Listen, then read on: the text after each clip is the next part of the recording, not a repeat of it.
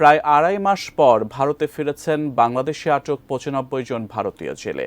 আবার চট্টগ্রামে পৌঁছেছেন ভারতের কারাগার থেকে মুক্ত হওয়া বাংলাদেশি ৯০ জন জেলে ও নাবিক। এমন অবস্থায় বাংলাদেশে আটক ভারতীয় মৎস্যজীবীদের মারধর করার মতো গুরুতর অভিযোগ তুলেছেন ভারতের মুখ্যমন্ত্রী মমতা ব্যানার্জি।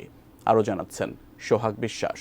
কয়েকজনকে মারধরও করা হয়েছে, তাদের নিয়ে গিয়ে হাত দুটো দড়ি দিয়ে বেঁধে রাখা হয়েছিল এবং তাদের মোটা লাঠি দিয়ে মারা হয়েছে। ভারতীয় জেলেরা বাংলাদেশের সীমানায় বরাবরই অবাধ বিচরণ করেছে। ইলিশের মৌসুম থেকে শুরু করে যে কোনো সময় ভারতের জেলেরা বাংলাদেশে প্রবেশ করে মাছ শিকার করেছে। তবে শেখ হাসিনার পতনের পর বদলে যায় প্রেক্ষাপট। বাংলাদেশের সীমানায় এসে মাছ শিকারের সময় ভারতের ৯৫ জন জেলেকে আটক করা হয়, যাদেরকে যথাযথ নিয়ম মেনে ভারতের কাছে হস্তান্তর করা হয়েছে। তবে তাদের ফেরতের পর পশ্চিমবঙ্গের মুখ্যমন্ত্রী ভয়াবহ অভিযোগ করলেন, আপনারা কখনোই আমাদের সীমানার বাইরে যাবেন না। তাতে মাছ উঠলে উঠবে, না উঠলে না উঠবে, আগে জীবন বাঁচবে। জীবন বেঁচে থাকলে অনেক মাছ পাবেন। এই যে ২ মাস জেলে ছিলেন, তাতে আপনার পরিবারদের কষ্ট হয়নি? আপনাদের কষ্ট হয়নি? যারা মার খেয়েছেন তাদের কষ্ট হয়নি? নির্মাণ কাজও আমি বেছে নেই CSRM TMT 500W, committed for better still।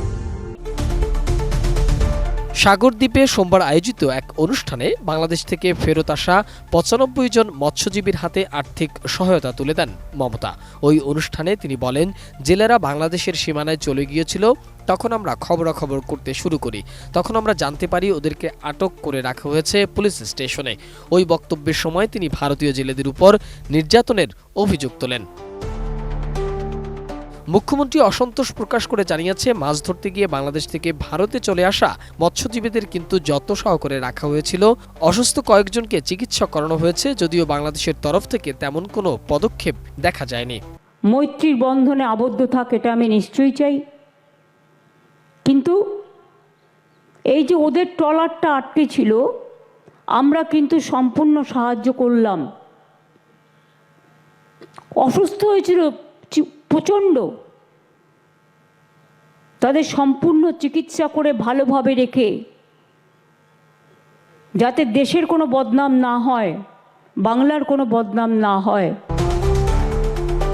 অন্যদিকে বাংলাদেশ এবং ভারতের মধ্যে দুই দেশে আটক মৎস্যজীবী বিনিময় ঘটেছিল রোববার সকালে 10:30টায় পতেঙ্গায় এসে পৌঁছেছেন তারা।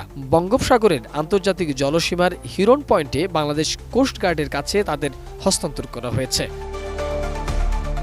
মোহাম্মদ সোহাগ বিশ্বাস, এটিএন নিউজ, ঢাকা।